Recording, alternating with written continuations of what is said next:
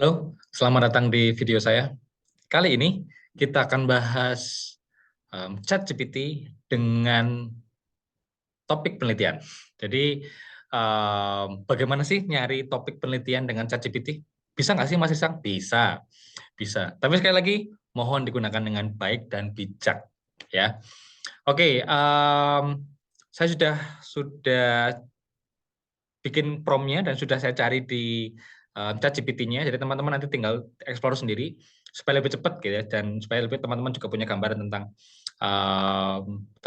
caranya gimana sih gitu. Kira-kira kalau mau bertanya seperti apa gitu. Ini salah satu kemungkinan pertanyaan yang bisa kita ajukan ke ChatGPT supaya kita dapat sebuah topik penelitian gitu. Jadi kalau kalau teman-teman mahasiswa misalkan belum punya topik penelitian, hanya cuma punya keinginan gitu. Kayaknya aku mau bahas ini dan ini, terus gimana ya gitu.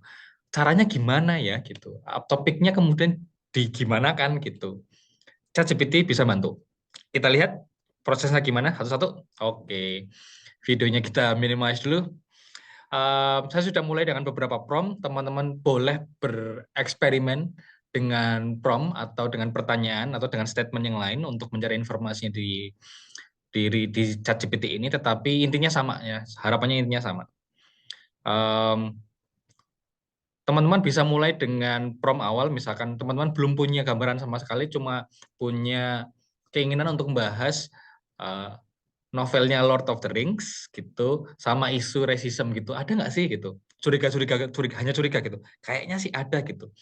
Nah, kemudian kita minta ChatGPT untuk bikin possible research topic dengan dua hal tadi gitu. Misalkan saya mulai dengan could you provide a possible research topic about the Lord of the Rings novels and issues of racism. Kemudian bisa dia bikin apa namanya? Dia bikin deskripsi kalau ngobrolin tentang The Lord of the Rings, novelnya The Lord of the Rings dan isu-isu racism itu ternyata bisa gitu dari sudut pandang ini. Kemudian kok dikit banget ya. Kemudian saya nambah ini, could you elaborate this gitu. Nah, kemudian dielaborasi oleh ChatGPT menjadi 3 poin gitu. Jadi here are a few possible ways that this research topic could be elaborated. Jadi ada tiga maaf, ada 3 angle untuk melihat relasi antara isu-isu rasisme dengan novel-novel Lord of the Rings gitu ya, di seriesnya Lord of the Rings. Ada 3 angle. Kemudian, oke, sudah dapat nih angle-nya gitu. Oh, berarti kalau mau ngomongin The Lord of the Ring dengan isu-isu rasisme bisa dilihat dari 3 sudut pandang ini gitu. Sekarang, oh, yang tadinya belum tahu sama sekali, nggak tahu sama sekali, sekarang sudah lebih mending. Sudah dapat informasi-informasi awal yang bisa kita gunakan untuk ekspor topiknya lebih lanjut lagi. Tentu saja tidak bisa bergantung sepenuhnya pada ChatGPT. Teman-teman masih harus cross-checking dengan references, dengan penelitian-penelitian yang sudah dilakukan tentang rasisme dan novel-novel Lord of the Rings juga gitu ya. Tetapi in the beginning gitu ya, untuk prelim dapat informasi awal sangat berguna. Kemudian saya punya keinginan lain, misalkan bagaimana melihat isu rasisme dan relasinya dengan Lord of the Rings, tapi dari sudut pandang Asian hate gitu, nyambung nggak ya kira-kira gitu. Nah, oleh ChatGPT kemudian apa namanya diberikan apa namanya ya, tawaran sudut pandang. Kalau ngomongin tentang isu rasisme terutama Asian hate dan kaitannya dengan The Lord of the Rings gitu ya, representasinya gitu ternyata bisa gitu.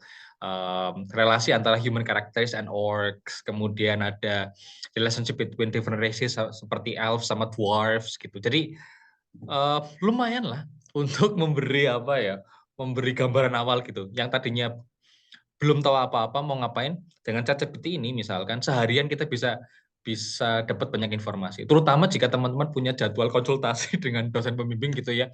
Daripada datang ke dosen pembimbing domblong nggak tahu apa-apa gitu, mungkin bisa pakai ChatGPT ini untuk dapat informasi awal. Nah, nanti tinggal cross checking dengan pembimbing atau supervisor gitu, kira-kira mau diarahin kemana, pakai referensis yang seperti apa, pakai teori yang seperti apa dan sebagainya. Menarik juga.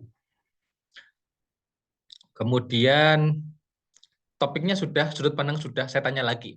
kira-kira nih ChatGPT kalau saya mau bikin penelitian topiknya apa ya? Gitu. Judulnya apa ya? Nah, di ChatGPT ini sudah mampu membuatkan judul penelitian gitu.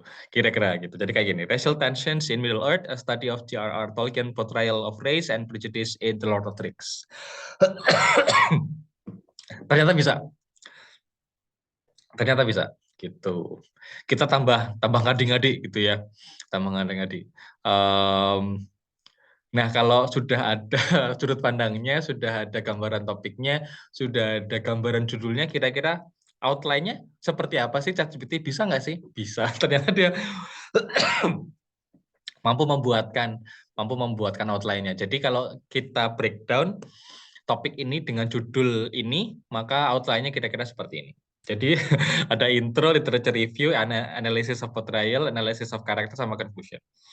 Cukup membantu kita kalau teman-teman punya jadwal harus konsultasi ke dosen pembimbing, tapi dalam posisi galau, habis putus, misalkan nggak tahu apa-apa, mumet gitu. Aduh, aku minta tolong ChatGPT aja lah untuk bikin outline penelitian gitu.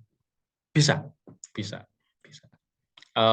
Tentu saja masih generik gitu ya informasinya, tetapi sekali lagi saya selalu bilang, untuk dapat informasi-informasi awal, untuk informasi-informasi awal ya tentang sebuah topik penelitian misalkan, ChatGPT sangat membantu. Tentu kita tetap harus cross checking, tetap harus mereview dengan sumber informasi yang lain gitu ya. Google Scholar, nyari referensi yang sesuai gitu. Tapi by the end of the day sangat bisa membantu kita ya. Kemudian tambah ngadi-ngadi. Kita lihat untuk introduction ada beberapa bagian nih. Apakah ChatGPT juga bisa membantu kita untuk memberikan informasi untuk bagian pertama di introduction? Kita copy and paste. Could you? Nah, apakah si ChatGPT juga bisa membantu kita untuk memberi informasi tentang background tentang novelnya The Lord of the Rings dan penulisnya si Tolkien? Bisa nggak ya?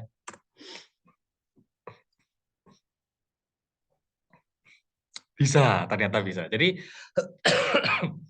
untuk informasi-informasi yang generik gitu ya, si ChatGPT ini masih bisa bantu. Tentu saja seperti yang teman-teman lihat informasinya nggak banyak, tetapi cukup bisa membantu kita untuk apa ya, breaking down apa namanya bagian-bagian topik penelitian itu, tinggal nanti kita expand dan kita kembangkan sendiri gitu. Cocok karena bisa sangat memangkas banyak waktu gitu ya. Habis ini kan PR-nya tinggal aktif sama di breeding untuk references dan kemudian menulis dan melengkapi dengan informasi-informasi tambahan lain yang relevan dengan topik penelitian ini. Tapi bagi saya it's more than enough lah. Kemudian nah kalau tambah ngadi-ngadi, bisa nggak ya ChatGPT bikin research question sama thesis of the paper? Tambah ngadi-ngadi. Could you provide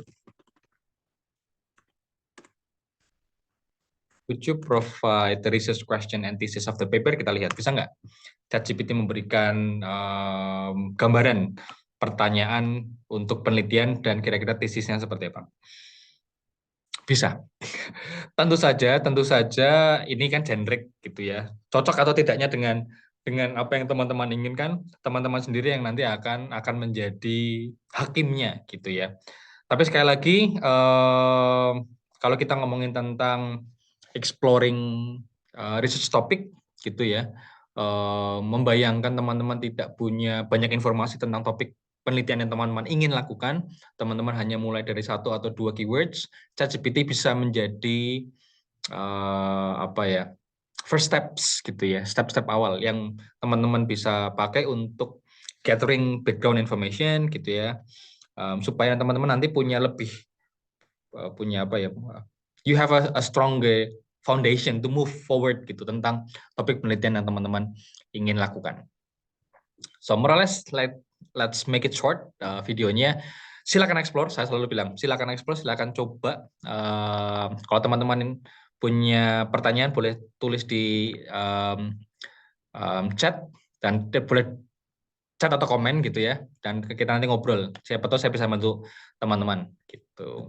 So more or less that's the end of the video. Thank you very much for watching. Sampai jumpa di video berikutnya. Bye.